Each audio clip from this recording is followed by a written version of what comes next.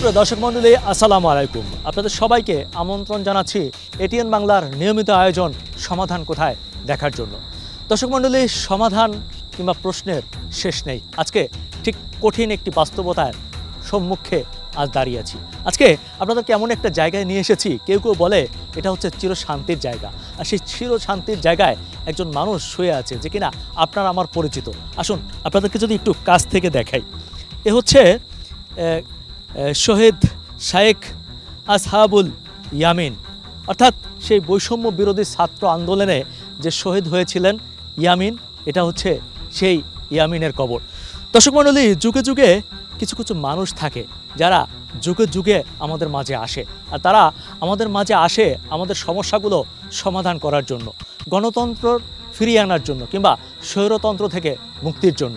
আমাদের শহীদ ইয়ামিন ছিলেন তেমনই একজন, যে কিনা বৈষম্য বিরোধী ছাত্র আন্দোলনে অত্যন্ত নির্মমভাবে খুন হয়েছিলেন। দর্শক মণ্ডলী, আপনারা দেখেছেন একটি ভিডিও যেটি সামাজিক যোগাযোগ মাধ্যমে ভাইরাল হয়েছিল, যেখানে আমরা দেখতে পাই যে পুলিশের সাজোয়া যানের উপরে কত নির্মমভাবে তাকে গুলি করা হয়, সেখান থেকে কতটা নির্মমভাবে ফেলে দেওয়া হয় এবং তার গায়ে লাথি মেরে নিশ্চিত করা হয় সে মৃত্যুবরণ করেছে কিনা। দর্শক মণ্ডলী, চলুন সেই ইয়ামিনকে নিয়ে আরও বিস্তারিত জানি এবং সমস্যার সমাধানের মূলে ঢোকার একটু চেষ্টা করি।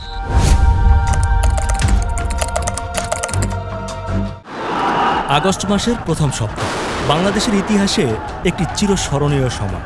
বৈষম্য বিরোধী ছাত্র আন্দোলন রূপ নিয়েছিল গণ আন্দোলন। যারা মনে করত এ যুগের ছেলেরা শুধু মোবাইল গেমস আর সোশ্যাল মিডিয়ায় ডুবে থাকে, তাদের ধারণাকে ভুল প্রমাণ করেছে আমাদের ছেলে। দেখিয়ে দিয়েছে কিভাবে বুক পেতে দাঁড়াতে হয় বন্দুকের সামনে স্বৈরাচারের বিরুদ্ধে।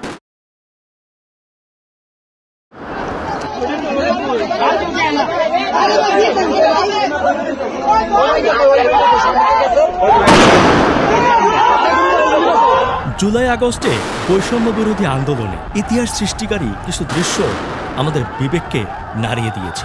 আমরা দেখেছি শহীদ আবু সাইদ কিভাবে বুক পেতে পাহাড়ের মতো দাঁড়িয়েছিল স্বৈরিনী বাহিনীর সামনে। আমরা শুনেছি মীর মুগ্ধের সে গগন বিদারী চিৎকার, পানি লাগবে পানি। দর্শক মণ্ডলী, এছাড়াও গত 18ই জুলাই যে দৃশ্যটি আমাদের সবাইকে কাঁদিয়েছে, সেটি হলো ঢাকার অদূরে সাভারে পুলিশের গুলির পর এপিসি থেকে ইয়ামিনের নিথর দেহ ফেলে দেওয়া।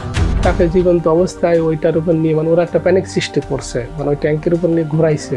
টোটালি কোনো মানুষ এটা করতে পারে না। তখনও তো আমার ছেলে বেঁচে আছে। ট্রিটমেন্টের যে সুযোগ ওখানে যারা ছিল তারা তো হসপিটালে নেওয়ার চেষ্টা করতো, কিন্তু তারা সেই সুযোগটাই দেয়নি। আল্লাহ যদি তাকে শহীদ হিসাবে কবুল করে, আমাদের আর কোনো চাওয়া পাওয়া নেই। কি মর্মান্তিক মৃত্যু, কি বিভৎস দৃশ্য। ভাবা যায় এটাই নাকি স্বাধীন বাংলাদেশের চেহারা। আর এজন্য 30 লক্ষ শহীদ, 2 লক্ষ মা বোন ইজ্জত দিয়েছিল দেশের তরে। অথচ সেই দেশের রাষ্ট্র কতটুকু নির্মম। একটি তাজা প্রাণ কেড়ে নেওয়ার দৃশ্য ভাবিয়ে তুলে বিবেক ও মননকে। এটাই কি দেশ? এ দেশ তো আমার আপনার কারো না। এই নির্মমতা কারো কি কাম্য ছিল? ছিল না। অথচ এটাই ঘটেছে স্বৈরিনীর আঘাতে গত জুলাই আগস্টে এই বাংলাদেশে। দর্শক মণ্ডলী, সেদিন কতটা নির্মমতা অনুভব করেছিল এখানকার মানুষ, তা এখানকার মানুষজনের সাথে কথা বললেই বোঝা যায় কিংবা অনুভব করা যায়। এখানে যখন নির্মমভাবে সেই সাজোয়া যান থেকে ইয়ামিনকে ফেলে দেওয়া হয়, তখন আশেপাশে অনেক মানুষ ছিল। ভয়ে কেউ তাকে বাঁচানোর জন্য পর্যন্ত এগিয়ে আসেনি। তবে প্রত্যক্ষদর্শীদের কেউ কেউ আমাদেরকে জানিয়েছে সেদিনের নির্মমতা কেমন ছিল। আপনি তো বোধহয় সেদিন ওখানে ছিলেন। জি, আমি ছিলাম, আমি সাভার স্ট্যান্ডে ছিলাম। আপনি নিজের চোখে কি দেখেছেন? নিজের চোখে যখন আপনার 5 আগস্ট যখন বৈষম্য ছাত্র আন্দোলনে যখন ছাত্ররা তাদের দাবি নিয়ে সরকার বিরোধী আন্দোলন করছিল, তখনই ওই লোকে আমি ওই মিষ্টির দোকানে ছিলাম বনফুলের সামনে। ওখান থেকে দেখলাম পাশের ওপর সাইডে ইয়ামিন নামে একটি ছাত্র এবং তার সাথে আরও 2জন ছাত্র ছিল। তখন ওই ইয়ামিন ওই পারে পুলিশের গাড়ির ওই পারে ক্রস করতে গেছিল। ক্রস করার সাথে সাথে তখন একটা পুলিশ, তখন ইয়ামিন যখন গাড়ি দুইটা পড়ে, তখন একটা পুলিশ তখন ইয়ামিনরে ওই গাড়ির উপরে ফেলায়, তখন ইয়ামিনরে গুলি করে। ঠিক আছে, গুলি করার পরে তখন ইয়ামিন ওই গাড়ির উপরে আর কি রক্তাক্ত অবস্থায় শুয়ে পড়ে। শুয়ে পড়ার পরে তখন হইল গে তারপরে ওর লড়াচড়া ছিল বা জীবিতও ছিল, ঠিক আছে। থাকার পরে তখন উনারে দেখা গেল গাড়িটা পুলিশের গাড়িটা মোটামুটি 2-3-4 রাত চালিয়ে যাওয়ার পরেও ওই গাড়ির ভিতরেই শুয়েছিল। শুয়ে থাকার পরে তখন ওনারে 2-3 জন পুলিশ ওই গাড়ির নিচে থেকে টাইনে রাস্তায় নিচে আর কি ফেলিয়ে দিয়েছে, ঠিক আছে। ফেলে দেওয়ার পরে তখন আবার ওই সাইডের পুলিশে আবার ওই লোকে ফালা দেওয়ার পরে আরেক পুলিশে লাথি দিয়ে দেখতেছে যে আসলে ওর ভিতরে আসলে জীবিত আছে কি না মারা গেছে সেটা জাস্টিফাই করার জন্য, কিন্তু তখনও জীবিত ছিল। জীবিত থাকার পরে তখন ওই লোকে ওই পাশে থেকে আরও কয়েকজন পুলিশ তখন ওই লোকে মডেল মসজিদের ওখানে আওয়ামী লীগের যারা সাভারে যারা হর্তাকর্তা নেতৃত্ব দিছে তারা ওই সাইড থেকে আরও পুলিশ ওইদিকে থেকে আরও এদিকে আক্রমণ যখন তীব্র আক্রমণ করে তখন আমরা এক পর্যায়ে ওইদিকে চলে যাওয়ার পরে তখন ইয়ামিনের ওই পারে থেকে পুলিশ আবার টান দেয় এপারে, পরে যেমন কুরবানির গরু যেভাবে জব করলে সেভাবে ওরে টাইনা শেষে আবার এই পাশে ফালানোর পরে তখন আবার দেখে যে মারা গেছে কি না গেছে সেটাও জাস্টিফাই করে পরে আবার রাবার বুলেট বুকে আরেকটা রাবার বুলেট করছে।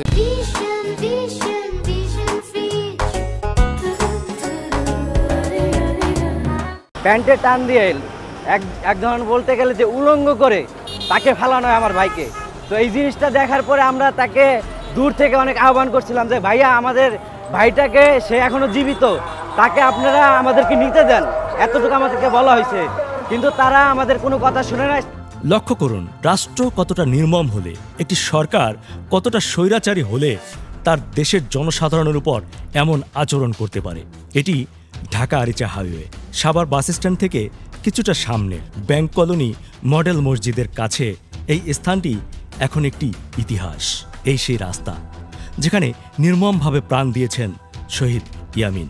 আহত হয়েছে শত শত সাধারণ মানুষ সহ বৈষম্য বিরোধী ছাত্র জনতা ও সাধারণ মানুষ। ঘটনার দিন এই পুরো রাস্তাটাই ছিল রণক্ষেত্র, ধাওয়া পাল্টা ধাওয়া। ঘটনা ও পরিস্থিতি দেখে মনে হচ্ছিল দুটি দেশের মধ্যে যেন যুদ্ধ চলছে, যার একদিকে ইসরায়েল, অন্যদিকে নিরীহ ফিলিস্তিন।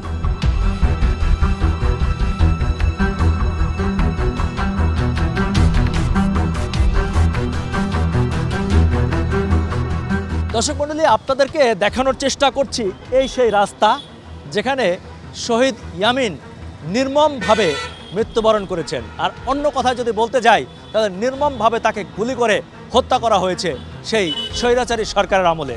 দর্শক মণ্ডলী, এই পুরো দৃশ্যটি দেখেছিলেন একজন স্থানীয় সাংবাদিক, যিনি আজকে আমাদের সাথে আছে। চলুন তার মুখ থেকে শুনি সেদিন আসলে এখানে কি কি ঘটেছিল। বাশার ভাই, কেমন আছেন আপনি? ভালো। আচ্ছা, ওই ঘটনার দিন তো আপনি এখানেই ছিলেন, সেখানে কি কি ঘটেছিল? সেখানে আমি দেখতে পারছি ওই পুলিশ এবং আন্দোলনকারী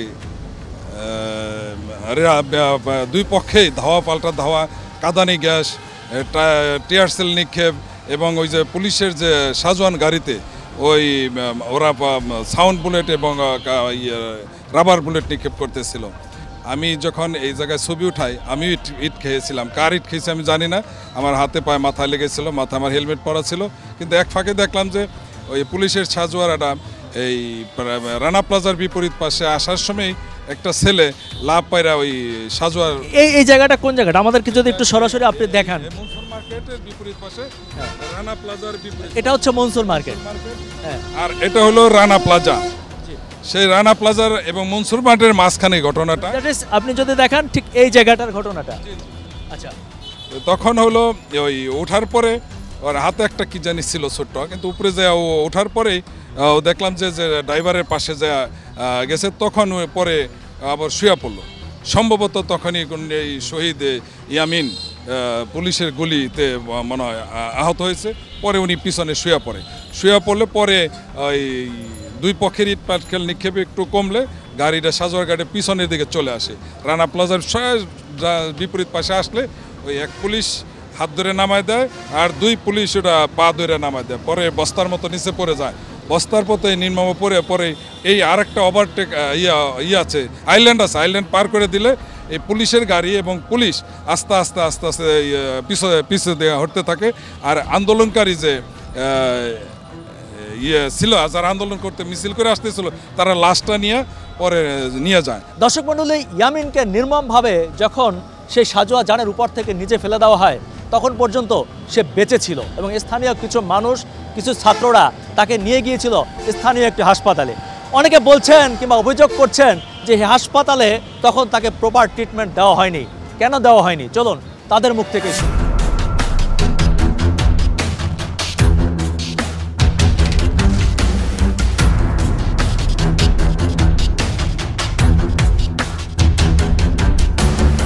আজ বিবি ডাক্তারে পায় নাই, না পাওয়ার জন্য হইলো রেফার করছে, নেটিকুলেশন না দিয়ে রেফার করছে। আর তাদের অভিযোগ তো অন্যটা, অন্য অভিযোগ আমরা গেটই খুলি নাই, চিকিৎসা দিতে অস্বীকার জানাইছি, অভিযোগ পাইছেন। সেইটাই আপনারা দেখেন, প্রমাণ করেন যে আমরা গেট খোলা ছিল না, গেট সর্বক্ষণ খোলা ছিল। আমার গেট বন্ধ হয় রাত্রি 12টায়, 12টার থেকে ভোর আজান দেয়, আজান দেওয়ার আগ পর্যন্ত বন্ধ থাকে। তারপরে রুগী আসলে খুলে দেয়, আবার বন্ধ করে।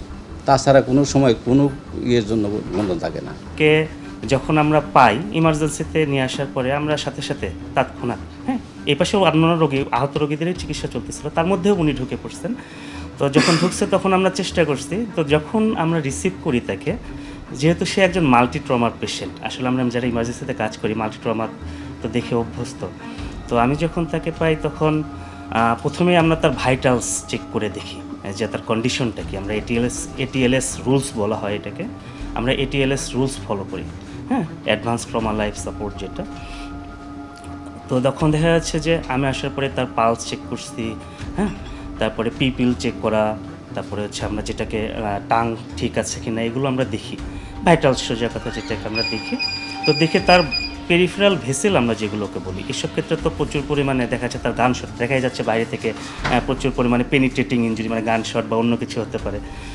তো সেসব ক্ষেত্রে দেখা যাচ্ছে যে ইন্টারনাল ব্লিডিংয়ের অনেক চান্স থাকে। তো তখনই আমরা সব কিছু চেক করে নিই। তো চেক করতে যাই আমরা প্রথম অবস্থায় তার রেডিয়াল পালস যেটা, সেটা একেবারেই ছিল না, আমরা পাই নাই বললে চলে। পরে ক্যারোটিড দেখি, ক্যারোটিড একেবারেই ফিবল ছিল, রেডিয়াল পালস অ্যাবসেন্ট ছিল, ক্যারোটিড ফিবল। তার পেরিফেরাল ভেসেল আমরা যেগুলো বলি, আমরা কেন আমরা চেষ্টা করছিলাম যে ফ্লুইড দেওয়ার চেষ্টা করি আমরা, তো পেরিফেরাল ভেসেল যেটাকে বলে, আমরা যেটাতে স্যালাইন দিব, তো আমরা এগুলোও খুঁজে পাচ্ছিলাম না। প্রায় মানে পিপিলও মিড ডাইলেটেড অবস্থায় রয়ে গেছে। তো এরকম সিচুয়েশনে তার বাইরে কিন্তু মুখে একটু ব্লিডিং ছিল, যেটা আমরা ব্লিডিং হচ্ছিল, আমরা চেষ্টা করতেছিলাম বলতে গেলে বন্ধ করার জন্য যতটুকু পারছি, মানে অ্যাজ এ মানে ওই সময় একটা ক্রিটিক্যাল পেশেন্ট হিসেবে আমরা ততটুকু চেষ্টা করে গেছি।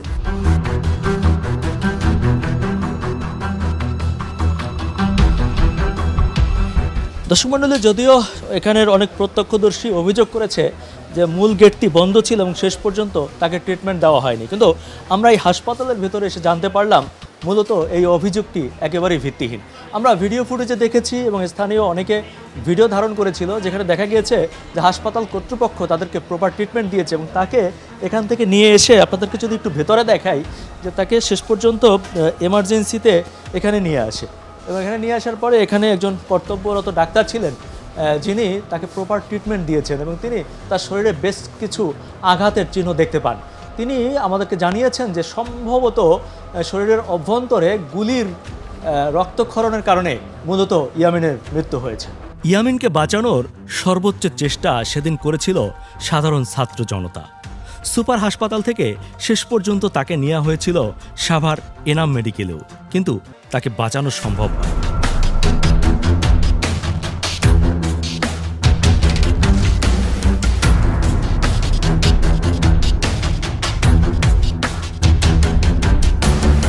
ইয়ামিন হত্যাকাণ্ড নিয়ে আমরা পুলিশের সাথে কথা বলে জানতে পারি, ইয়ামিন হত্যার ঘটনায় সাভার মডেল থানায় ৪৭ জনকে আসামি করে একটি হত্যা মামলা দায়ের করা হয়েছে। এই ঘটনায় আমরা আমাদের পুলিশের সদস্য একজন আমাদের যে এলাকায় দায়িত্বরত ছিল সেই অ্যারেস্ট আছে এবং আরও যাদেরকে মানে অ্যারেস্ট করব বা করা উচিত হবে সেগুলো আইন তদন্তের মধ্য দিয়ে আসবে। তদন্তের মধ্য দিয়ে যারা দোষী মনে হবে যে এরা সম্পৃক্ত, এদের সাথে সংশ্লিষ্টতা আছে, তাদেরকে আমরা আস্তে আস্তে এই সমস্ত আইনের আওতায় নিয়ে। ইয়ামিন হত্যাকাণ্ড নিয়ে আন্তর্জাতিক অপরাধ ট্রাইব্যুনালেও অভিযোগ দায়ের করা হয়েছে। স্বাধীন দেশের ছাত্র নাগরিকদের নির্বিচারে হত্যা, লাশ গুম এবং পুড়িয়ে ফেলার মতো ঘটনায় হতবাক বাংলাদেশ। তার পরিবারের পক্ষ থেকে তার মামা এসে আমাদের ট্রাইব্যুনালের কাছে এই ঘটনাগুলো বিস্তারিত বিবরণ তুলে ধরে প্রধানমন্ত্রী সহ ৭৮ জনের বিরুদ্ধে এখানে পুলিশ প্রশাসন যারা এপিসি চালিয়েছিল, এপিসির ভেতরে যারা ছিল এদেরকে আইডেন্টিফাই করে সাভারের পুলিশের যে সমস্ত অফিসার ছিল সেগুলো সহ যারা চিকিৎসা দিতে বাধা প্রদান করেছে সবার নাম সহ মোট ৭৮ জনের বিরুদ্ধে এই অভিযোগ আন্তর্জাতিক অপরাধ ট্রাইব্যুনালের প্রসিকিউশন টিমের কাছে তারা দায়ের করেছেন। মামলায় সাবেক প্রধানমন্ত্রী শেখ হাসিনাকে ১ নম্বর আসামি এবং আওয়ামী লীগের সাধারণ সম্পাদক ও আওয়ামী সরকারের তৎকালীন মন্ত্রী ওবায়দুল কাদেরকে ২ নম্বর আসামি করা হয়েছে। এছাড়াও বৈষম্য বিরোধী ছাত্র আন্দোলনের সময় আশুলিয়া সাভার এলাকায় আন্দোলন দমাতে ব্যাপক হত্যাযজ্ঞের নেতৃত্ব দেওয়া এসপি পদমর্যাদার এডিশনাল এসপি আবদুল্লাহিল কাফিকে গ্রেপ্তার দেখানো হয়েছে। কাফি নয়, আরও যারা এই হত্যাকাণ্ডে প্রত্যক্ষ বা পরোক্ষভাবে অংশ নিয়েছে তাদের সবাইকে আইনের আওতায় আনতে হবে। ওই দিন সাভারে হত্যায় যে সকল ফ্যাসিবাদদের দোসররা জড়িত ছিল তাদের, যারা অস্ত্র তাক করে হত্যা করেছে নিরীহ মানুষকে, কাউকে যেন ছাড় দেওয়া না হয়, এই দাবি সাধারণ মানুষের। এমনকি তাদের নির্দেশেই সেদিনগুলোতে হাসপাতাল থেকে নিহতের সংখ্যা লোপাটেরও অভিযোগ উঠেছে।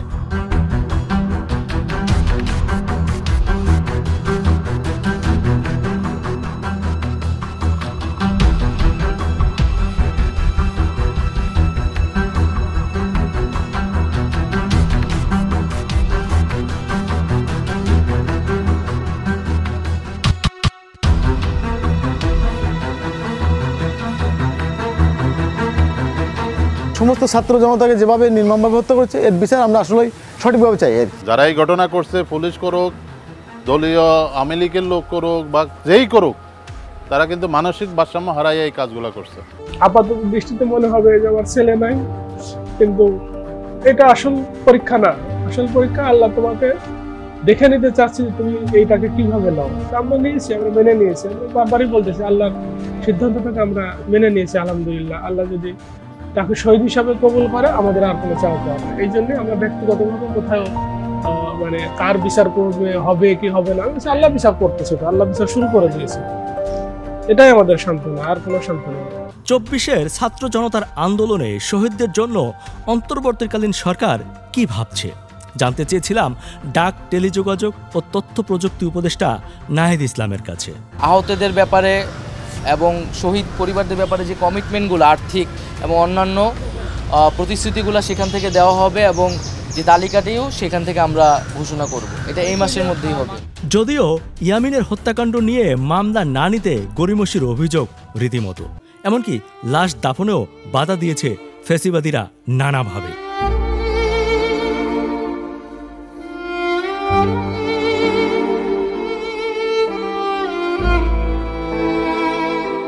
বর্তমান অন্তর্বর্তীকালীন সরকার উদ্যোগ নিয়েছে বৈষম্য বিরোধী ছাত্র আন্দোলনের সময় নিহত প্রতিটি হত্যাকাণ্ডের আন্তর্জাতিক অপরাধ ট্রাইব্যুনালে বিচার হবে। দেশবাসীও তাই আশা করে।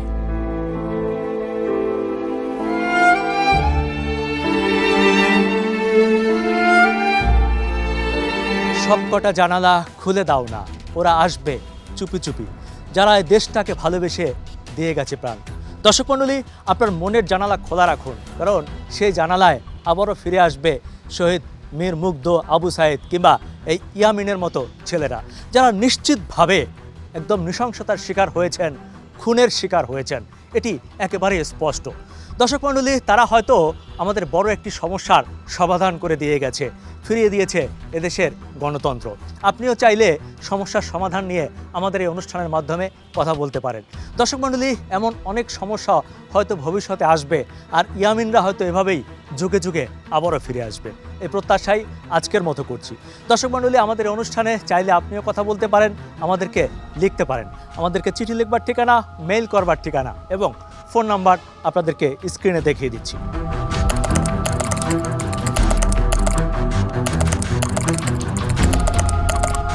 দর্শক মণ্ডলী, আপনার মনের জানালা খোলা রাখুন। যে কোনো সমস্যা দেখলে নিজে আমাদেরকে জানান, আমাদেরকে অবহিত করুন, আমাদের মাধ্যমে সারা পৃথিবীব্যাপী জানান। আজকের মতো বিদায় নিচ্ছি, দেখা হবে পরবর্তী পর্বে। সে পর্যন্ত সবাই ভালো থাকুন, সুস্থ থাকুন, নিরাপদে থাকুন। খোদা হাফেজ।